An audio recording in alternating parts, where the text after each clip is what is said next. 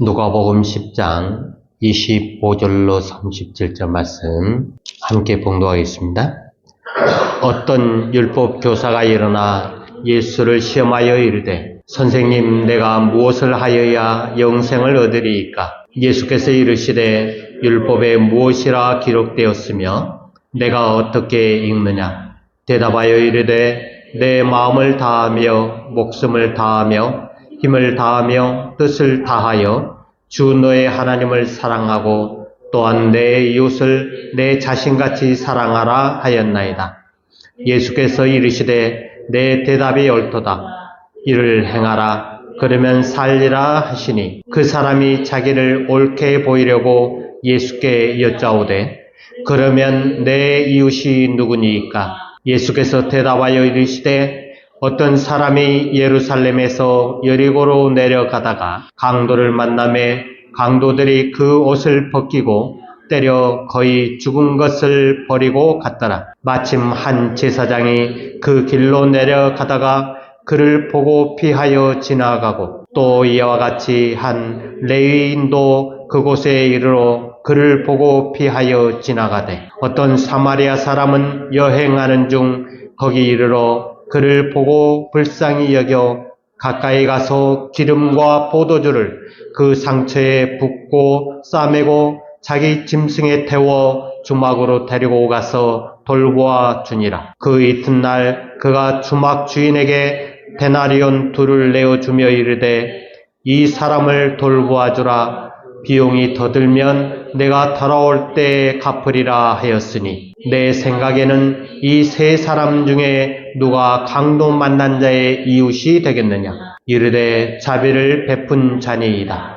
예수께서 이르시되 가서 너도 이와 같이 하라 하시니라. 아멘. 지금까지 우리가 우리 하나님과 우리와의 관계에 대해서 살펴보았었는데 아마 설교를 들으면서 지금까지 들어왔던 설교들과 조금은 다르다라고 하는 것을 느꼈을 것입니다. 그것은 바로 신학적 인간학의 관점에서 성경을 보기 때문에 생소한 부분일 수도 있어요. 그렇지만 이걸 반복해서 들어왔기 때문에 이제는 용어들이 조금은 좀 익숙해지셨을 것 같고 이 신학적 인간학의 관점에서 성경을 본다라고 하는 것은 단순히 성경 하나만을 보는 게 아니고 이 주변 학문들, 그래서 심리학이나 의학이나 철학이나 과학 같은 다양한 분야의 학문들의 도움을 받아서 성경의 의미를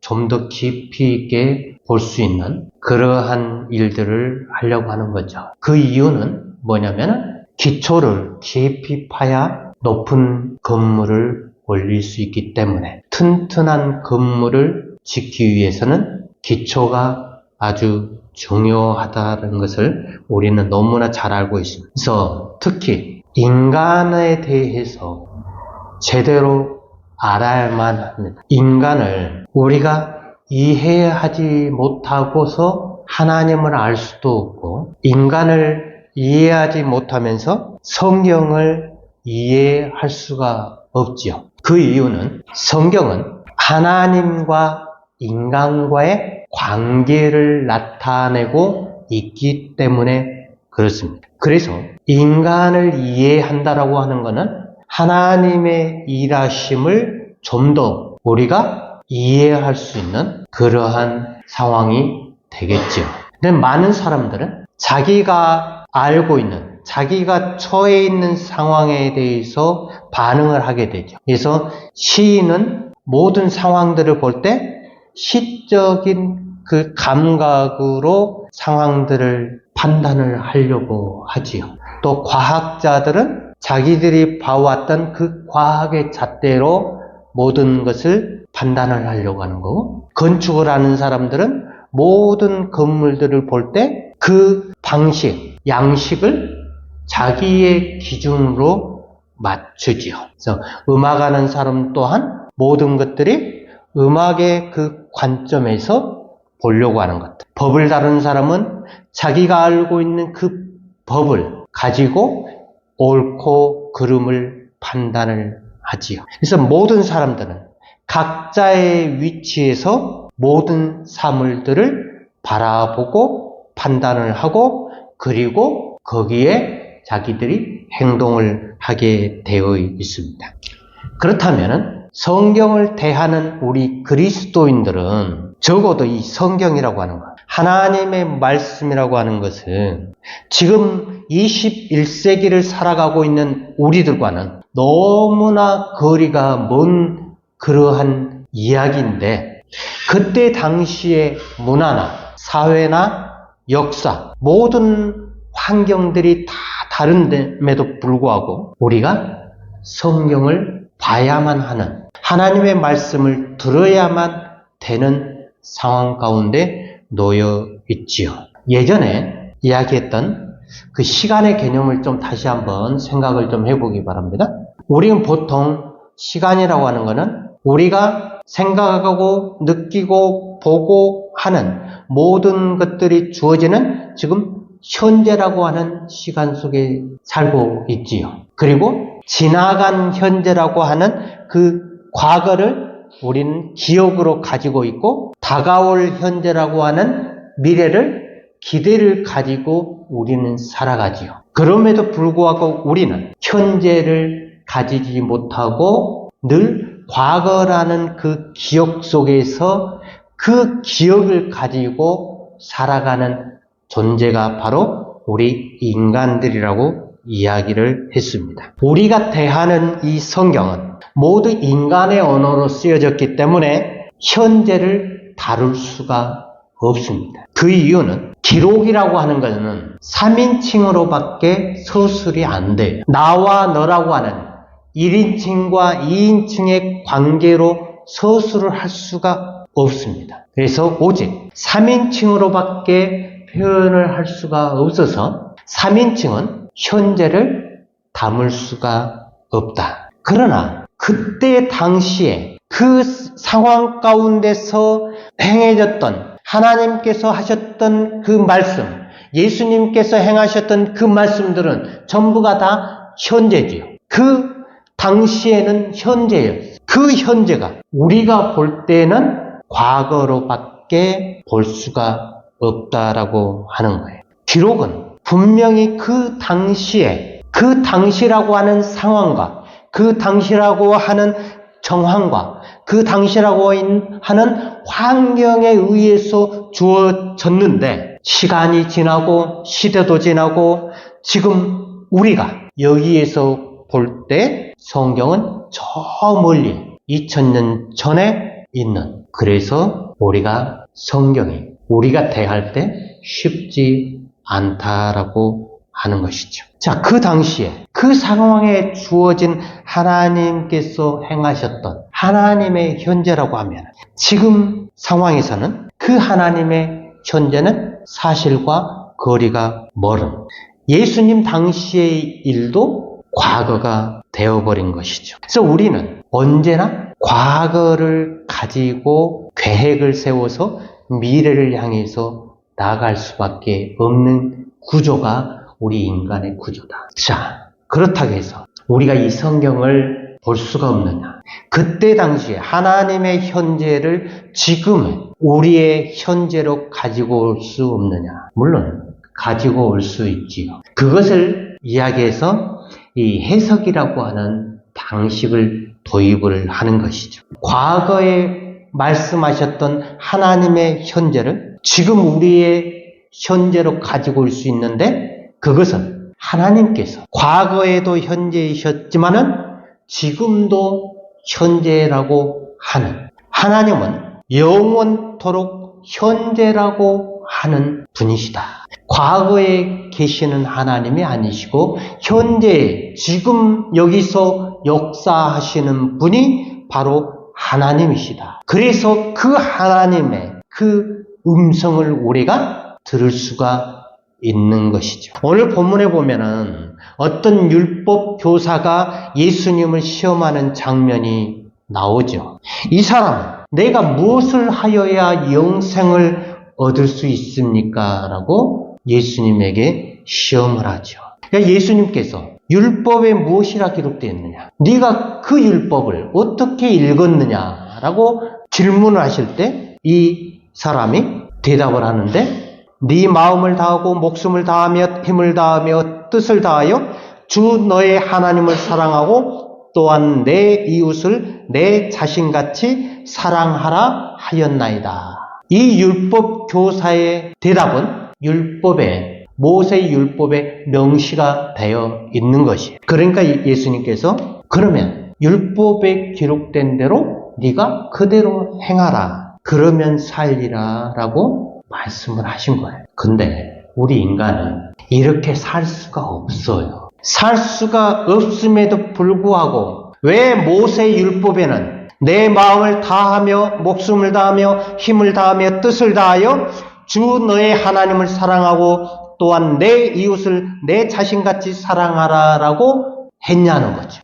신약에 넘어와서 예수님께서도 동일한 말씀을 하시잖아요. 우리 인간은 이렇게 살 수 없음에도 불구하고 왜 너희는 이렇게 살라라고 하셨냐? 기록은 나와 너의 관계를 기록하는 게 아니고 3인칭으로 기록을 한다고 했잖아요. 3인칭으로 기록을 하기 때문에 이게 명령으로 보이는 거예요. 다른 방식으로 기록을 할 수가 없어요. 그러니까 명령으로 보이는 거예요. 그러니까 예수 믿는 사람은 행해야 된다라고 하는. 그래서 우리가 성경을 해석하는 데 있어서 좀 깊이 있게 봐야 될 필요가 있다. 자, 해석을 크게 두 가지로 볼 수가 있는데 2000년 전에 기록된 이 성경을 지금 우리에게 일어난 상황 안에다가 그 성경 2000년 전에 기록된 그 상황을 그대로 우리의 일어난 상황 속으로 집어넣는 경우가 발생을 하지요. 그렇게 되면 지금의 상황과 그때 당시에 행해졌던 하나님의 현재, 하나님께서 행하시고 예수님께서 행하셨던 그 현재가 지금의 상황과 완전히 다르기 때문에 지금의 상황에 딱 그때의 상황을 집어넣어버리면 지금의 상황이 그때의 상황을 흡수를 해버리게 된다.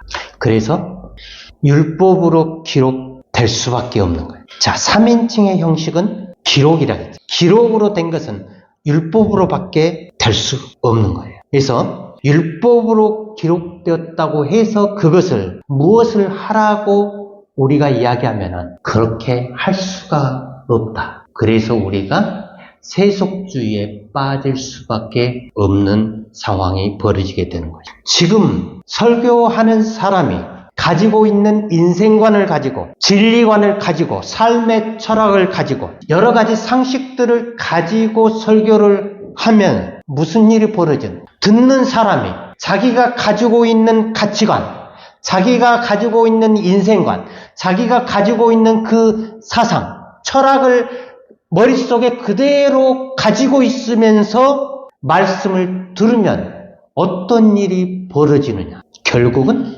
율법밖에 남지 않는다. 전하는 자나 듣는 자가 모두가 다 현재를 살지 못하기 때문에 율법으로 듣고 율법으로 전하게 되는 것이지요. 자, 두 번째 경우는 뭐냐면은 정반대의 경우인데 성경에 나타난 사건을 절대화시키면서 지금의 상황을 완전히 희생시켜버리는 경우가 있어요. 그 경우가 뭐냐면은 성경에 나와 있는 그때 당시에 예수님께서 뭐라고 하셨느냐, 그 상황에서 예수님이 뭐라고 말씀하셨냐, 하나님이 뭐라고 하셨느냐, 지금의 상황하고는 전혀 상관없이 그때 하나님이 뭐라고 하셨느냐, 거기에다가 절대적인 권위를 부여를 하게 되면은 지금의 상황이 완전히 무시가 되어 버리는 경우예요. 그래서 21세기를 살아가고 있는 사람들이 마치 1세기에 예수님께서 행하셨던 그 당시에 듣고 있는 백성들에게, 제자들에게 하는 말과 같이 그렇게 선포를 하게 되면은 무슨 일이 벌어지게 되냐면은 이데올로기가 생기게 되는 거예요. 무서운 일들이죠. 자, 우리 인간성 자체가 한쪽으로 치우치는 경향이 있어요. 저번에도 이야기했지만은 우리의 의식을 지배하고 있는 게 바로 우리의 개인 무의식인 리비도라고 했잖아요. 그 개인 무의식인 리비도가 우리의 의식을 지배하고 있기 때문에 한쪽으로 치우칠 수밖에 없다. 그래서 사람들이 자기는 나는 중도라고 이야기를 하는데 중도로 걷는 사람들이 거의 없어요. 대부분이 다 한쪽으로 치우치게 되어 있다라고 하는 것이죠. 자, 처음에 이야기했지만은 신학적 인간학의 골격이 뭐냐면은 나와 너라는 관계 방식이에요. 나와 너와의 관계를 가리켜서 현재라고 하는. 현재를 다른 말로 이야기하면 복음이라고 하는. 다른 말로 이야기하면은 예수님의 인간성이라고 이야기해요. 자, 복음이 뭐냐? 하나님의 말씀을 우리가 보통 복음이라고 이야기하잖아요. 예수 그리스도를 전할 때 복음이라고 이야기를 하잖아요. 근데 그 복음이 뭐냐? 하나님과 나와 만나는 그 상태가 복음이에요. 현재라고 하는. 그래서 나와 너의 만남이 현재면은 나와 너의 만남 말고 다른 것도 하나 있죠. 나와 그것과의 만, 3인칭과의 만남이 있지요. 그것을 가리켜서 율법이라고 이야기를 하는 겁니다. 다른 말로 이야기해서 과거라고 이야기를 해요. 그래서 나와 그것과의 관계는 과거다. 그래서 우리가 하나님을 대할 때, 하나님을 만날 때, 하나님을 너로 만나지 못하고 그것으로 만나게 되면, 3인칭으로 만나게 되면 하나님께서 나의 필요를 채워주시는 분이라고 그렇게 만나게 되면은 우리는 하나님과 관계가 율법적인 관계가 되고 하나님을 과거의 하나님으로 만나는 거예요. 하나님이 나의 필요를 채워주시는 분으로 알고 하나님 앞에 기도를 하게 되면 그 기도가 하나님과 현재 만나는 게 아니고 과거라고 하는 기억을 가지고 하나님을 만나게 되는 거예요. 왜? 하나님은 너로 현재로 대하는 게 아니라 나의 3인칭으로 그것으로 대하기 때문에 우리가 하는 기도가 하나님 앞에서는 의미가 없다라고 하는 것이에요. 근데 우리는 하나님을 너로 만나는 게 아니고 나의 무언가 부족한 부분을 채워주시는 분, 내 앞길을 인도해 주시는 무언가 하나님을 향해서 하나님 그 자체, 하나님 그분을 만나는 게 아닌 나의 요구를 통해서 만나게 되는 그 하나님은 절대로 현재로 만날 수가 없다.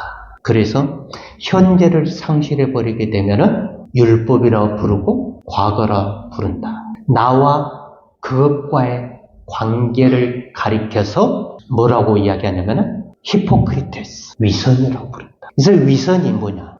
하나님을 실제로 만나지 못하고 3인칭으로 하나님을 그것으로 우리가 대할 때 우리는 하나님 앞에서 늘 위선적인 행동들을 하게 된다.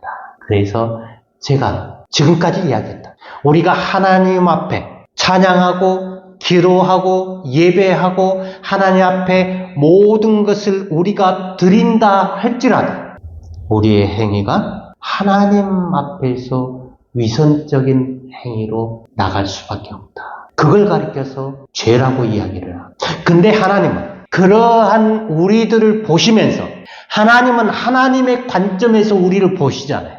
하나님의 눈으로 우리를 보시잖아요. 하나님은 하나님의 눈으로 우리를 보기 때문에 우리가 죄인임에도 불구하고 하나님은 우리를 하나님과 같이 그 높은 자리로 우리를 올려서 우리를 보신다.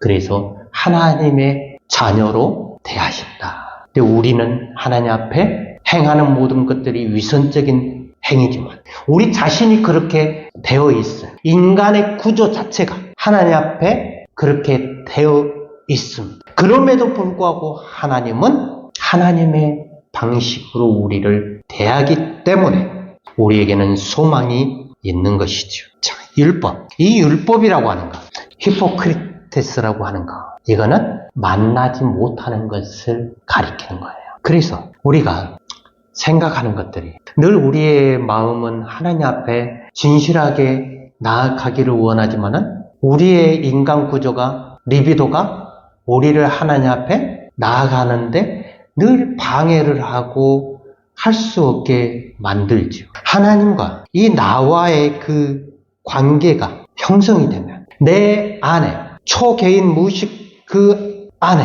하나님의 형상이 일을 하신다고 했잖아요. 그 하나님의 형상이 일을 하시게 되면은 우리의 의식을 통해서 나타나는 게 뭐냐면은 성령을 통해서 역사를 하게 되는 것이죠. 자, 오늘 본문에 보면은 내 마음을 다하며 목숨을 다하며 힘을 다하며 뜻을 다하여 주 너의 하나님을 사랑하고 또한 내 이웃을 내 자신과 같이 사랑하라. 이것은 명령인 것 같지만은 이건 명령이 아니에요. 우리 인간 자체가 이 일을 할 수가 없어요. 이거는 하나님께서 우리 속에서 역사하셔야만이 행해질 수 있는 일들이다. 그리고 이 율법교사가 예수님에게 다시 또 이야기를 하죠. 자기를 옳게 보이려고 내 이웃이 누구니까 하고 물어봅니다. 근데 이 여러 그 비유를 들어서 설명을 하시는데 마지막에 보면은 제사장과 레위인과 사마리아인이 나왔는데 이 세 사람 중에 네 생각에 누가 강도 만난 자의 이웃이 되겠느냐라고 예수님이 질문하죠. 그때 이 율법 교사가 자비를 베푼 자니이다. 예수께서 이르시되 가서 너도 이와 같이 하라. 여기도 명령으로 주어진 것 같잖아요. 너도 이와 같이 해라. 지금 이게 무슨 이야기냐면은 예수님께서 하나님 나라에 대해서 설명을 하는데 이게 지금 여러 가지 내용들이 지금 들어와 있어요. 하나님 나라가 무엇인가에 대해서 예수님께서 설명을 하고 거기에 대해서 비유로 이야기들을 하시는데 이 하나님의 나라가 뭐냐? 장소 개념이 아니라는 거예요. 눈에 보이는 가시적인 개념이 아니다는 거예요. 예수님께서 이 땅에 오셨을 때 예수님 자체가 하나님 나라예요. 예수님의 현재로 임하시는 게 바로 하나님 나라예요. 오직 인간을 향한 하나님과 그런 하나님을 향한 인간의 만남, 나와 너의 만남이 바로 하나님의 나라다. 그래서 하나님의 나라는 하나님의 현재를 이야기해요. 현재, 지나간 과거가 아니다는 거예요. 하나님의 현재는 지금 여기서. 그런데 그 하나님의 현재, 지금 여기서를 우리 인간이 봤을 때는 보이지가 않는 거예요. 눈에 안 보여요. 은폐되어 있단 말이에요. 은폐되어 있기 때문에 우리는 그 은폐되어 있는 하나님의 현재, 하나님의 나라를 찾아야만 돼. 자, 찾는다라고 하는 건 우리에게 그 일을 행할 수 있도록 우리 속에서 역사하시는 성령에 의해서 행할 수가 있는 것이죠. 예전에 예수님을 믿으면, 예수님을 본받으면 드러난다라고 이야기를 했죠. 우리가 무엇인가를 해서 드러내는 것이 아니고 우리가 믿으면 우리가 하나님과 나와의 1:1 관계가 형성이 되면 나와 너의 관계, 현재가 이루어지면 자연스럽게 드러나게 되었다고 말씀을 드렸잖아요. 그 자연스럽게 드러나는 것이 뭐냐? 하나님의 나라라는 거예요. 그래서 하나님의 나라는 미래에 우리가 갈 그곳이 아니고 현재 내가 하나님 앞에 반응하는 것. 하나님의 말씀이 주어졌을 때 내가 믿음으로 순종하는 것. 내 생각을 버리고 내 고집을 버리고 하나님께서 하신 그 일에 대해서 예하고 반응을 할 때 하나님의 나라가 이루어지는 것이다. 하나님은 우리를 향해서 여전히 너 어디 있냐라고 찾고 계시잖아요. 하나님을 향한 인간의 나가 있기 때문에 그 하나님의 부르심에 끌려 나와야 되는 거예요. 그래서 실현되는 나와 너와의 만남, 하나님과의 영적인 만남, 이 만남이 있어야만이 우리는 살 수가 있다. 하나님과 만나지 않으면 반드시 죽는다. 그래서 나와 너와의 만남이 아닌 나와 그것과의 만남이라고 하는 것은 사망이고 흑암이고 공허고 모든 것들이 하나님 앞에서 허무하다. 근데 이 사실을 우리가 기억을 했으면 좋겠어요. 그래서 하나님을 찾을 때 우리의 필요를 위해서 하나님을 찾을 게 아니고 하나님이 우리를 필요하실 때 하나님이 우리를 부르실 때 우리가 응답하는 존재가 되었으면 좋겠어요. 순간순간